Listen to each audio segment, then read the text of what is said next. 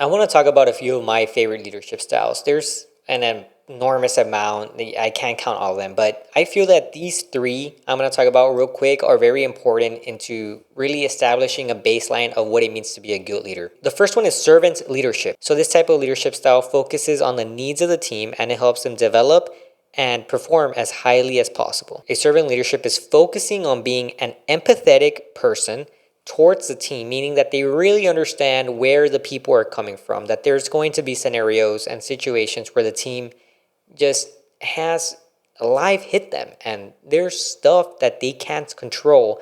And a servant's leadership understands that. A servant leader knows that life happens, that if somebody calls in because they're sick or something happened at home, you're not going to hold that against them. You're going to be empathetic. If they ask to work from home because they have some stuff going on with their kids and they have to go to school for them or whatever, servant leadership says, okay, I'm okay with that because I understand that and I'm empathetic towards the situation that is happening. And you hope as a servant leader that by being an empathetic person and by allowing these type of things, that the return from the employee is a greater performance and more likely to stay within the team, right? So there's a give and take here. A servant leader just isn't giving.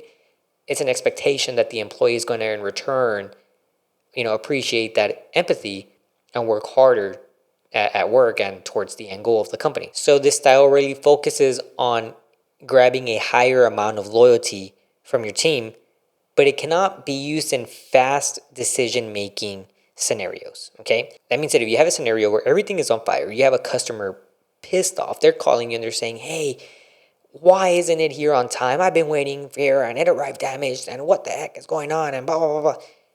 That is not a moment for you to be a servant leader, right? That is a moment for you to act. And being empathetic towards the team at that moment when you have a scenario where you're getting pushback or you need all hands on deck is not going to be the best decision. Okay, but if you're in a scenario where everything is already kind of established and there's a baseline and there's not that many crazy stuff going on, and it doesn't hurt to be empathetic because in turn you're going to receive greater loyalty that will be beneficial in the long run, then it would be beneficial at that point to be a servant leader. Another thing is that it really requires you to invest on the team. Because what is an investment, right? Think about the idea of an investment. You put in money somewhere and you hope that over the course of X amount of time that initial investment compounded and your return that you get is greater, right? Think of servant leadership in the same way. It's an investment on the employees that by you being empathetic at that moment, you're investing and it's going to compound. And in the future, you're going to get greater loyalty, greater performance, and just a more at ease team that's willing to work for you. Okay? That is what an empathetic leader is. It's that leader that when you talk to somebody and they say, oh, I love my boss. Man, my manager, my leader is so good. She helps me and they really help me with my kids and they understand that I'm a single mom or I'm a single dad and that I don't have that much help and that my mom and this and that.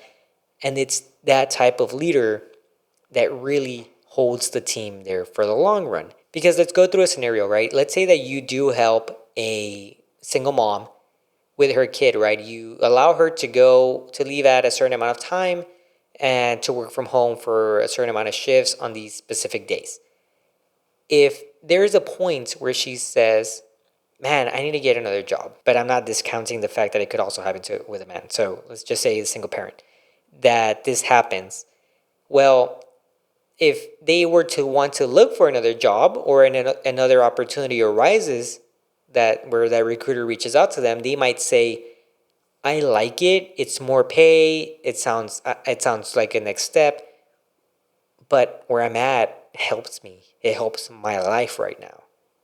I'm in a situation where I benefit from having this type of leader in my life because it helps my life be easier, which is not something that you account for on a KPI, right?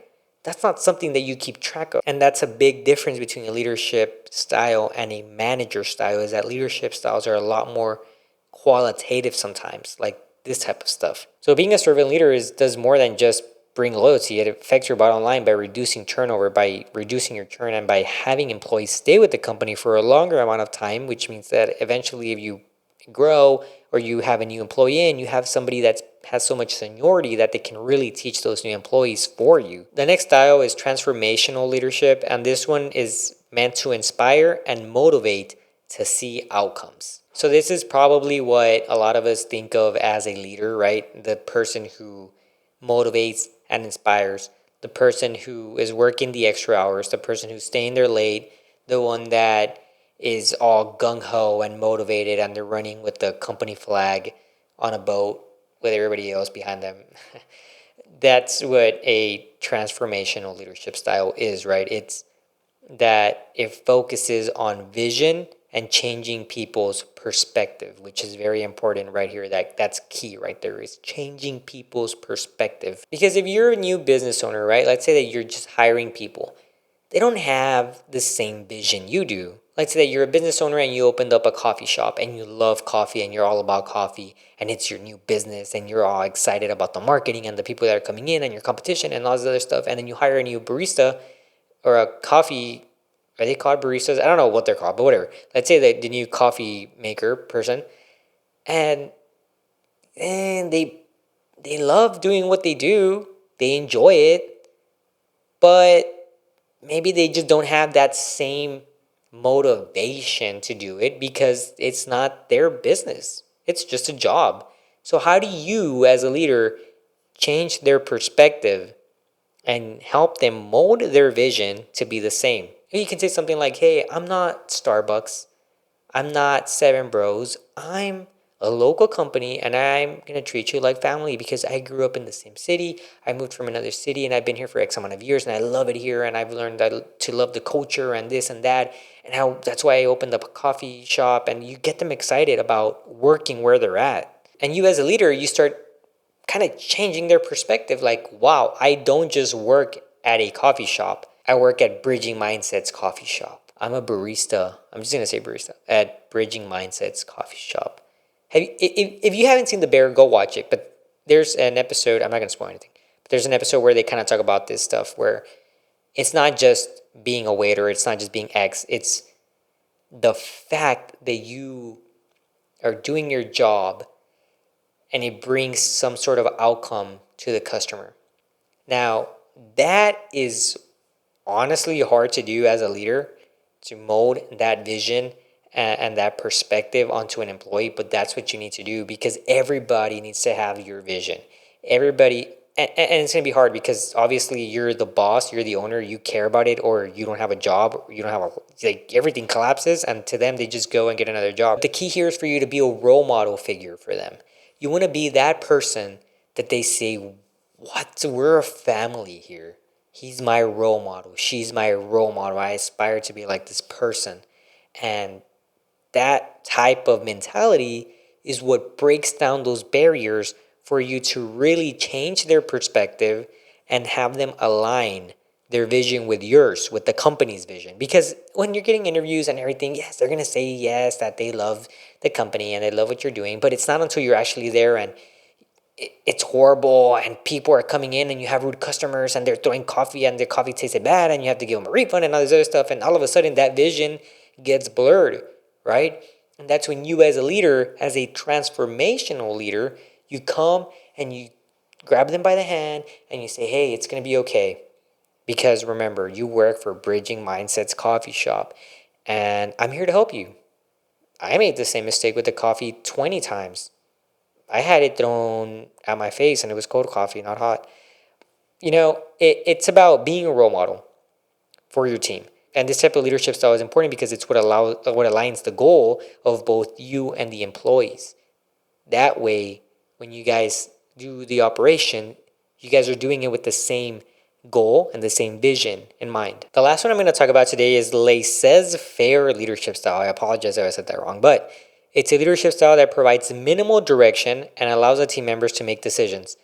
Why would you want to do this, right? Why would you not want to micromanage or to be there in people's face telling them what to do? Because isn't that kind of counterintuitive to what a leadership into what a leader is? Well, not always, because if you've had a team that's running for a while, you want them to kind of branch out and develop themselves based on your guidance as a leader. Okay, and that's basically what this type of leadership style is saying, is that you are not going to focus on leading them anymore. You're going to take a step back and you're going to say, you take the reins now. You are the new supervisor. Let's go back to the coffee shop example.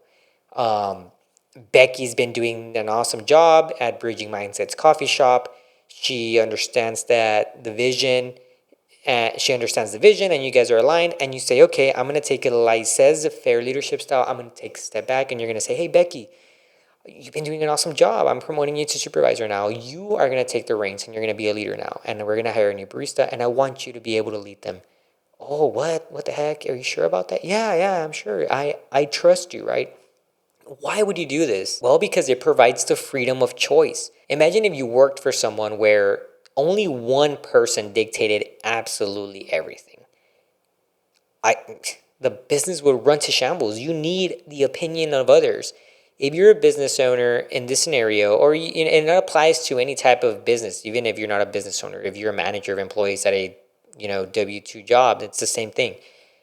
You want to be able to give the reins to other people because it brings out different types of mentalities and opinions that maybe you just didn't think of. Maybe you've never had those same experiences. We've all had different experiences in our lives that mold us differently, and that gives us the ability to form different opinions depending on the different scenarios. Or on the same scenario, we're all going to have a slightly different way of doing it. You might not know that your method of doing it and that your method of being a leader is not as efficient as Becky, who just started, and when you were teaching her something, she thought to herself, why am I being taught like this? When I was doing it, I figured out that it's a lot faster to just do it this way, and I'm going to do it this way because it's faster and it saves me time. And guess what? When you have the new employee, you have a new employee named John, and Becky is given the reins to lead the way that she wants with this new employee, she's going to improve on it. And you, being the owner, being the higher manager, the regional manager, the branch manager, with the manager at the location, whatever it is, if you look at that and say, wow, I can't believe I hadn't thought that, then that's good, because you're giving them the rein to be able to form those opinions and those leadership styles by themselves based on your guidance. Remember that you don't want to implement the laissez-faire leadership style without actually being a leader to them at any point, right? You don't want to just bring them in and then be like, oh, you're good, you're on your own. Now, this kind of also even applies to people in like a director level even, because if you have a new employee, right, that comes from another company, you want to make sure that their goals, their vision, and their perspectives are all the same, before you really let them out on their own. And you're going to have some people who are not good leaders. And you, even at that level, we've all had directors, I'm sure, and we've all had some senior managers who you say, what the heck is going on, dude? What in the world is this person doing? What is this? What are they saying? And well, they just didn't have that transformational leadership training established to them to make them the leader, so that they can conduct the laissez-faire leadership style, where they give them the reins and they take over based on the proper training. Now, if we go back to the coffee shop example, well, let's say that Becky does teach John. You, as the owner, you would still kind of want to shadow, not literally be there like, well, are you sure, Becky? Are you sure it's going to be done like that? Like, no, you don't want to do that. You just want to make sure that they're doing their job. Do your own thing. Listen to the conversation and take notes. And you don't correct Becky in front of John, because that's not what a good leader does. A good leader would say, at the end of the day, hey, Becky, I noticed that you taught the new employee this way. What about this? And maybe they have an example, maybe they have a reason why they did that. And that's the important part of the laissez-faire leadership style, is that it brings in different opinions, and it really allows for greater growth within the organization, because people's opinions are coming in. And that is what really molds a strong culture, which is what you want at the end. You want a strong culture. And by establishing a strong culture, you need to have people who have opinions. If not, you're not going to have a strong culture. You're going to have a dictator who is dictating exactly how everybody should feel and say and think. And the last point I want to make about these three leadership styles is that it's going to really depend on the type of scenario that you're in, the situation is really going to dictate when you want to be a servant leader, when you want to be a transformational leader, when you want to implement the laissez-faire leadership style. Now, I would say that you should, at different scenarios, implement all three. You should at times be a servant leader, you should at times be a transformational leader, and you should at times be a laissez-faire leader. It just depends on the situation, but these are leadership styles that you want to implement with your team because it's going to bring forth greater returns at the end of the day, which as a business owner or as a manager for a big company is what you want to show.